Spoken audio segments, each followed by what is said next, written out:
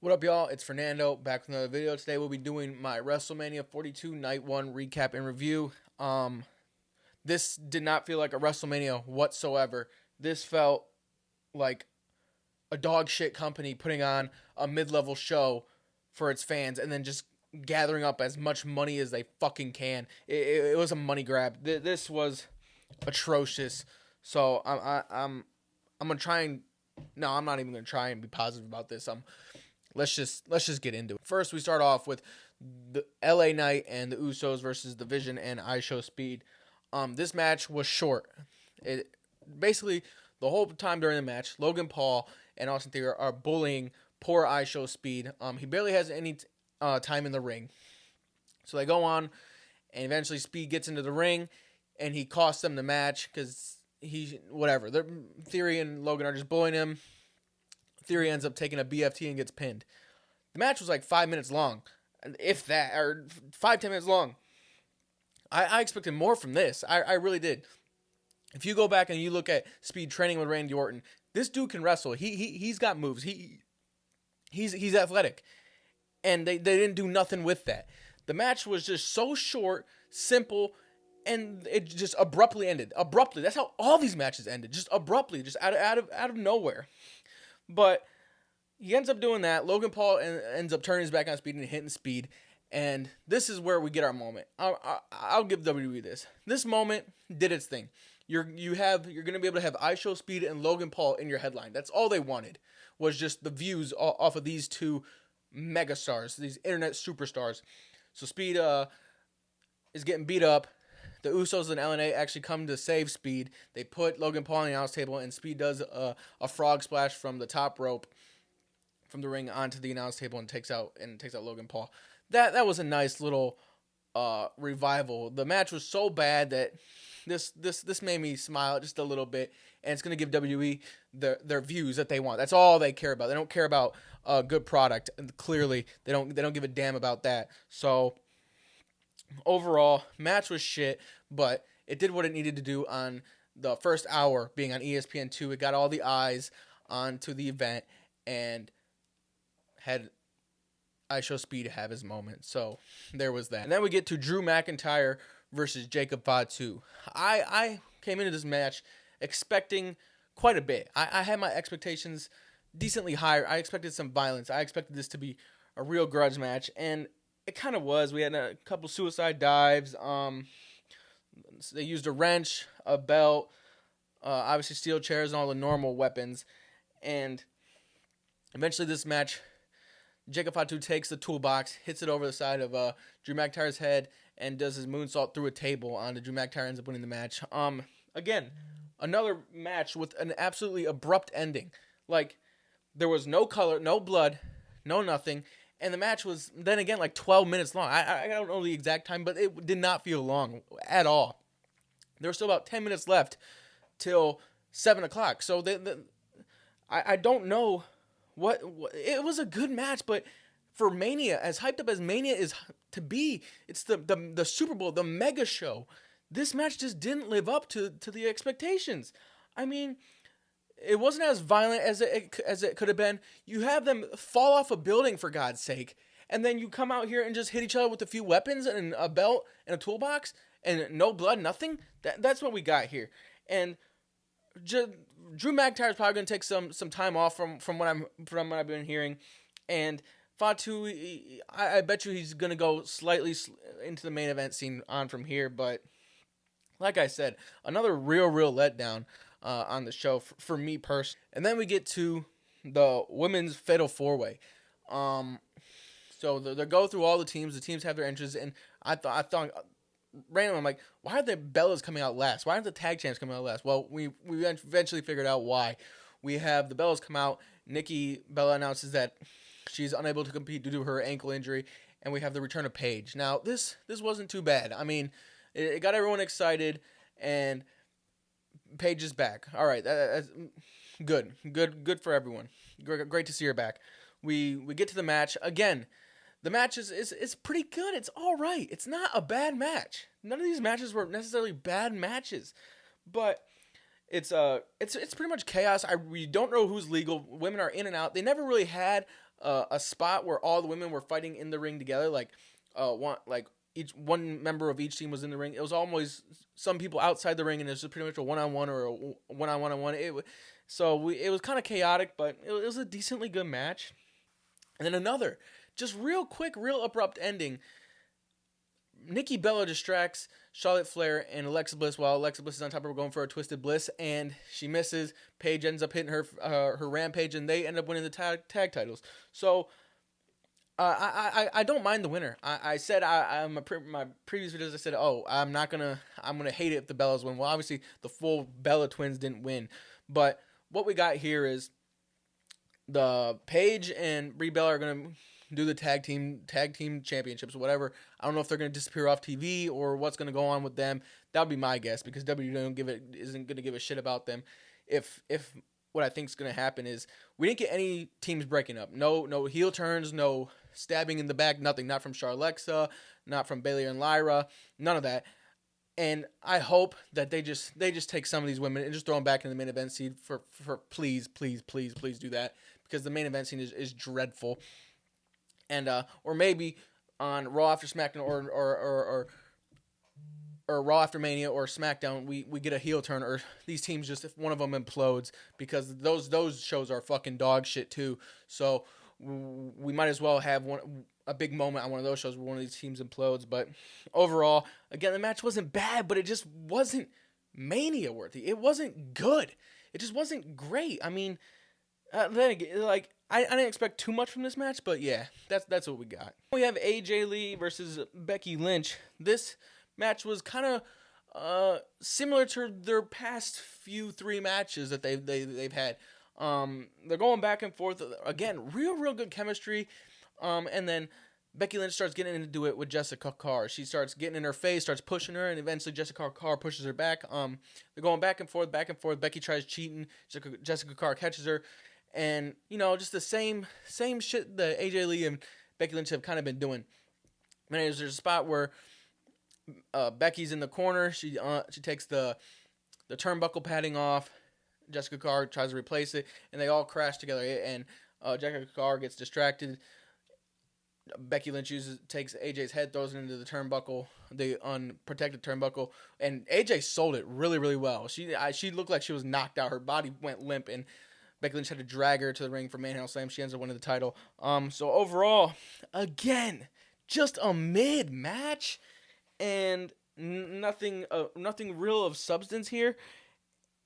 And I'm just glad that Becky Lynch has the Intercontinental Championship again, because she's going to be the full-time employee, and she could take that to new heights. And her in-ring ability, her in-ring IQ is just top-notch. She's able to take anyone and really improve them levels. And for AJ Lee, I really don't know what they do from here. Does she just... I don't see that they're not continuing this feud. There's no way. I don't think so. And does AJ just go on and start wrestling people throughout the company on PLEs later down the line?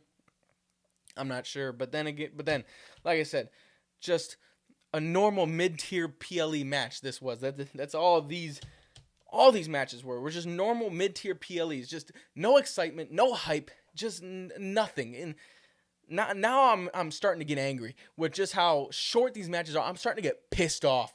Next we get Gunther and Seth Rollins, and just like everyone predicted, this match was gonna bang, and it was good. It was great. It was fantastic. I knew it. These two just looked like they had so much chemistry. It was good. First, Seth Rollins' entrance and his attire was absolutely sick.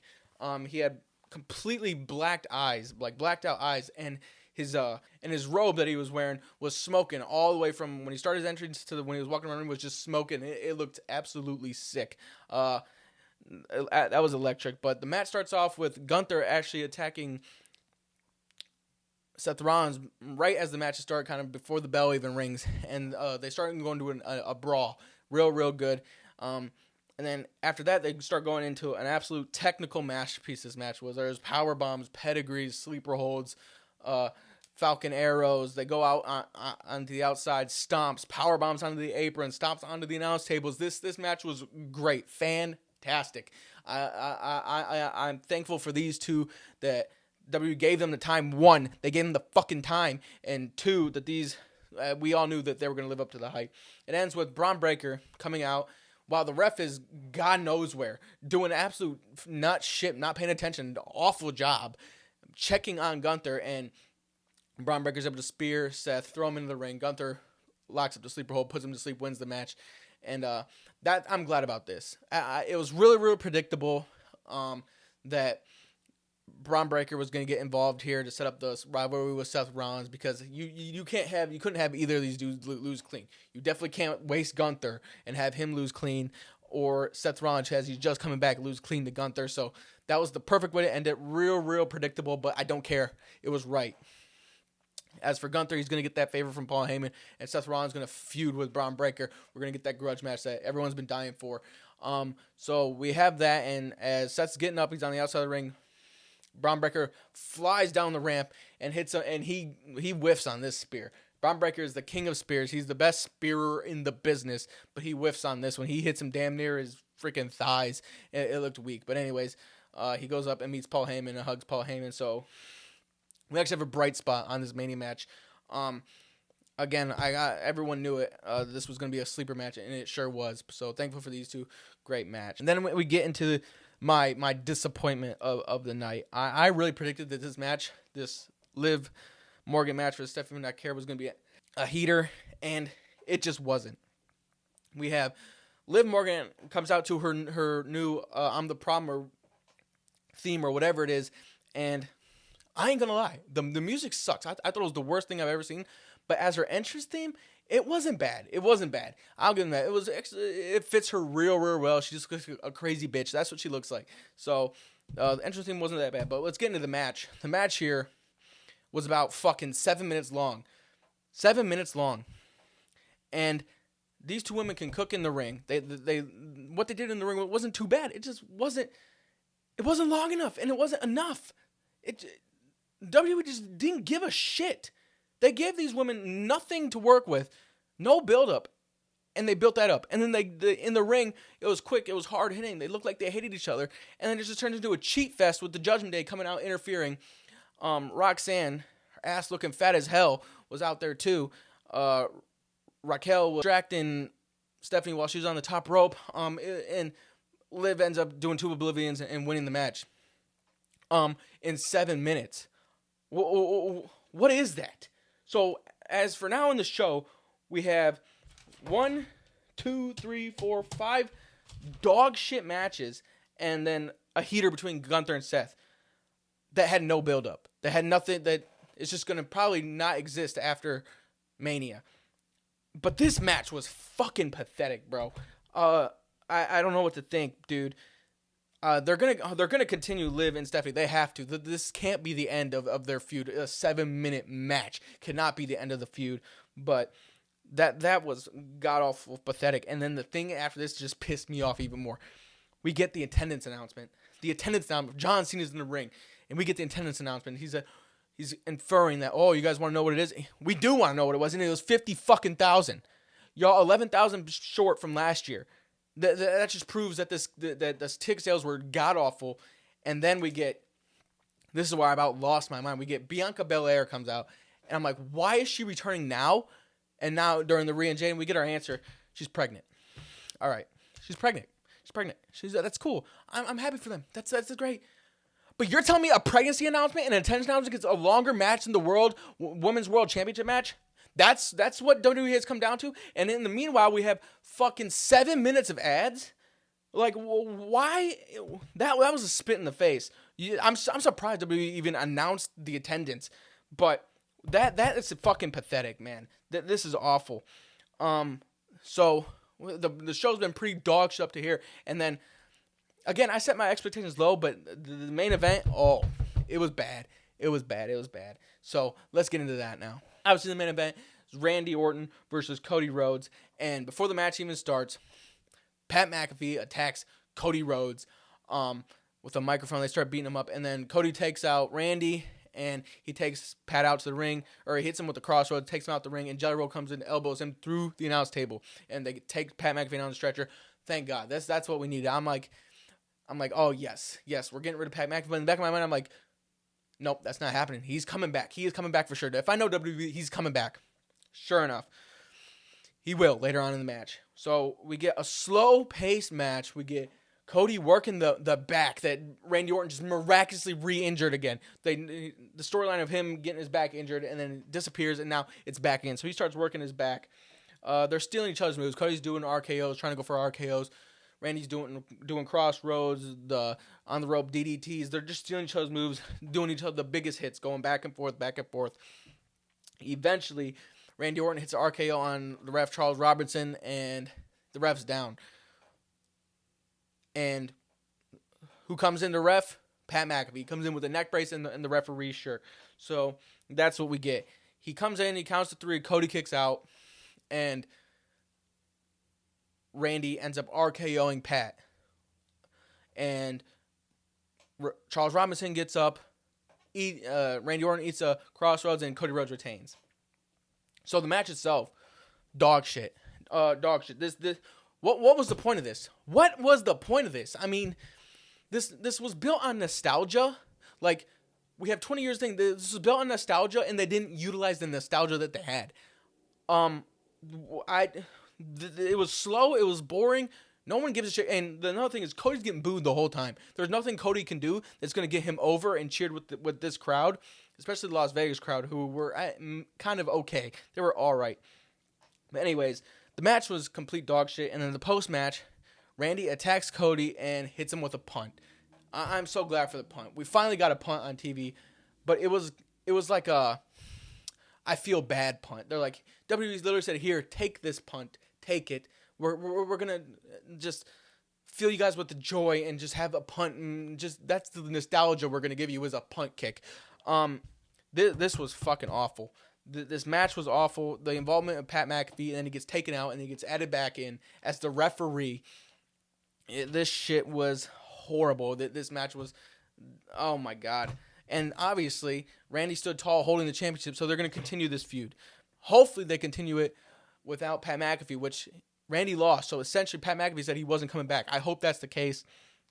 And they can kind of just everyone can just kind of wipe their minds clean of this disaster of a build-up and match this was. And then we get a rematch down the line where we actually get them one-on-one, face-to-face promos every week. Because this was a disaster. So, overall, this didn't feel like a Mania. This felt like a mid-level tier PLE. WWE needs to be ashamed of themselves for this performance, for this build-up. The whole thing was just a disaster. There was bright spots. Nothing was really bad. I would say besides the Randy and Cody match, in my opinion, that wasn't even too bad. But like nothing was really bad. But it was all just like it was mid. That's the way to describe it, is mid. And when you have a mid WrestleMania that's built up as the best thing ever, and then you're selling tickets for 25, 30 grand, this was fucking dog shit. I mean, WWE doesn't give a shit about their fans.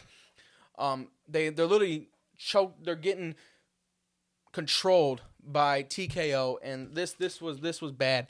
There was like all the matches were no more than 12 minutes long. This was just pathetic. Night 2 on paper to me looks better, so we'll see what happens tomorrow. But I don't know what to say, dude. I'm ashamed that I'm a fan of this company, because this is horrible. Now I'm gonna go watch the post show. I'm gonna go watch the NBA playoffs, because that's probably gonna be better than this bullshit. So thanks for watching. I'm sorry for the negativity. I'm pretty sure I'm not the only person that believes all this. There was some, like I said, it was mid, and I don't know what to say. This was bad, but thanks for watching.